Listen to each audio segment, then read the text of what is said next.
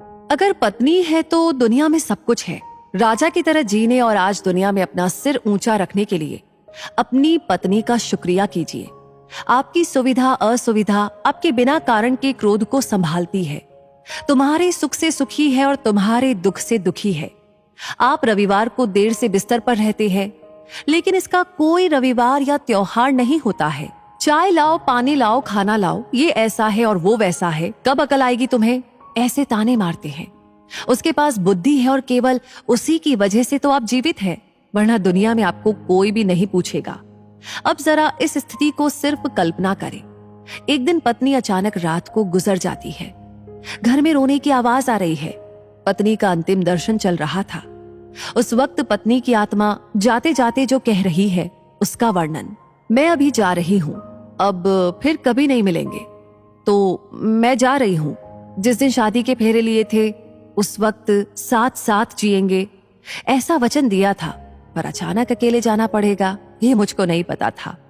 मुझे जाने दो, अपने आंगन में अपना शरीर छोड़कर जा रही हूं। बहुत दर्द हो रहा है मुझे, लेकिन मैं मजबूर हूं। अब मैं जा रही हूं, मेरा मन नहीं मान रहा, पर अब मैं कुछ नहीं कर सकती। मुझे जाने दो। बेटा और बहू रो रहे हैं, देखिए, मैं ऐसा नहीं देख सकती और उनको दिलासा भी नहीं दे सकती हूँ। पोता बा बा कर रहा है, उसे शांत करो। बिल्कुल ध्यान नहीं दे रहे हैं। हाँ, और आप भी मन मजबूत रखना और बिल्कुल ढीले ना हो। मुझे जाने दीजिए। अभी बेटी ससुराल से आएगी और मेरा मृत शरीर देखकर बहुत रोएगी, तब उसे संभालना और शांत करना। और आप भी बिल्कुल नहीं रोना। मुझे जाने दो, क्योंकि जिसका जन्म हुआ है उसकी मृत्यु निश्चित है। जो भी इस दुनिया में आया है वो यहां से ऊपर गया है। धीरे धीरे मुझे भूल जाना, मुझे बहुत याद नहीं करना और इस जीवन में फिर से काम में डूब जाना। अब मेरे बिना जीवन जीने की आदत जल्दी से डाल लेना। मुझे जाने दो। आपने इस जीवन में मेरा कहा कभी नहीं माना है। अब जिद छोड़कर व्यवहार में विनम्र रहना। आपको अकेला छोड़कर जाते मुझे बहुत चिंता हो रही है, लेकिन मैं मजबूर हूं। मुझे जाने दो। आपको बीपी और डायबिटीज है, गलती से भी मीठा नहीं खाना, अन्यथा परेशानी होगी। सुबह उठते ही दवा लेना न भूलना। चाय अगर आपको देर से मिलती है तो बहू पर गुस्सा न करना। अब मैं नहीं हूं ये समझकर जीना सीख लेना। मुझे जाने दो। बेटा और बहू कुछ बोले तो चुपचाप सब सुन लेना। कभी गुस्सा नहीं करना, हमेशा मुस्कुराते रहना, कभी उदास नहीं होना। मुझे जाने दो। अपने बेटे के साथ खेलना, अपने दोस्तों के साथ समय बिताना। अब थोड़ा धार्मिक जीवन जिए ताकि जीवन को संयमित किया जा सके।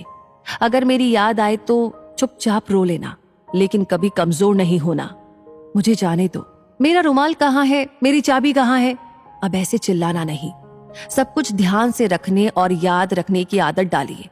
सुबह और शाम नियमित रूप से दवा ले लेना। अगर बहू भूल जाए तो सामने से याद कर लेना। जो भी खाने को मिले प्यार से खा लेना और गुस्सा नहीं करना। मेरी अनुपस्थिति खलेगी पर कमजोर नहीं होना। मुझे जाने दो।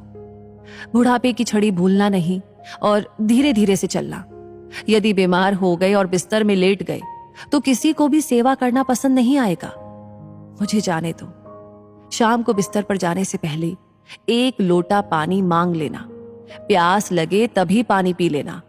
अगर आपको रात को उठना पड़े तो अंधेरे में कुछ लगे नहीं, उसका ध्यान रखना। मुझे जाने दो। शादी के बाद हम बहुत प्यार से साथ रहे, परिवार में फूल जैसे बच्चे दिए। अब उस फूलों की सुगंध मुझे नहीं मिलेगी। मुझे जाने दो। उठो, सुबह हो गई। अब ऐसा कोई नहीं कहेगा। अब अपने आप उठने की आदत डाल लेना, किसी की प्रतीक्षा नहीं करना। मुझे जाने दो। और हाँ, एक बात तुमसे छिपाई है, मुझे माफ कर देना। आपको बिना बताए बाजू की पोस्ट ऑफिस में बचत खाता खुलवाकर 14 लाख रुपए जमा किए हैं।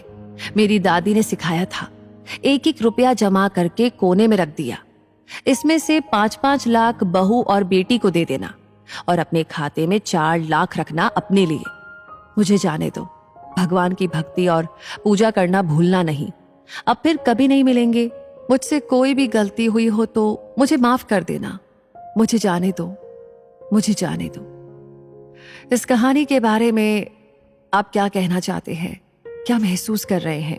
क्या रिलेट कर रहे हैं? क्या मानते हैं? क्या सोचते हैं? बताइएगा जरूर। और ऐसी कहानियां हमेशा पाने के लिए हमारे पेज को फॉलो करना ना भूलें। धन्यवाद।